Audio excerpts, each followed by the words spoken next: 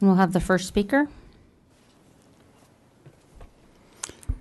Joe Imbriano. First of all, I want to praise God for those people that have spent 30 years out in the world preaching the gospel, risking their lives, because that's what they've done. I believe it's well within the responsibility of the church to take care of those people because they've taken care of the Lord's work. And I'm not so sure starting to put residential property on a church is the solution, because now we've created the slippery slope by where we can start putting some more apartments on there and possibly mixing up the use. I have a real problem, though, with religious institutions in this community in general, because directly to the south is the Armory, and there's 23 acres of paradise to the north of the Armory that has a cold, hard floor on a long winter's night for a lot of people.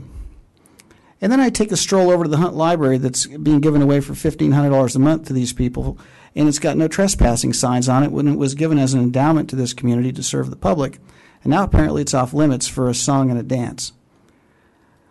I would like to see this council take the position that those people that run that church need to relinquish control of that facility, the Hunt Library, to the community, and then we can talk about doing them some more favors.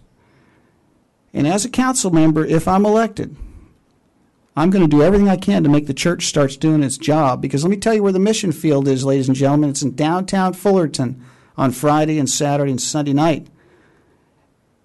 There's thousands of people headed in the wrong direction, making some very suspicious people very rich. And the church has turned its back on those kids. I go down there on the weekends, and there's nobody out there street preaching. There's a lot of lost souls making bad decisions that are heading them in a direction that there probably won't be a U-turn available if they continue on this path. I don't know where the church is. I don't know why the Armory has a bunch of people sleeping on the floor when we've got 10, 20, 30, 40, $50 million sanctuaries and parking structures that are unoccupied 6 days a week, owned by nonprofit entities that pay absolutely no taxes.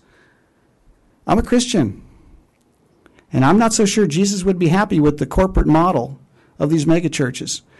When we abdicate our responsibilities in our own neighborhoods and we look to the city for favor and for special deals, I have a serious problem with that. It's not biblical.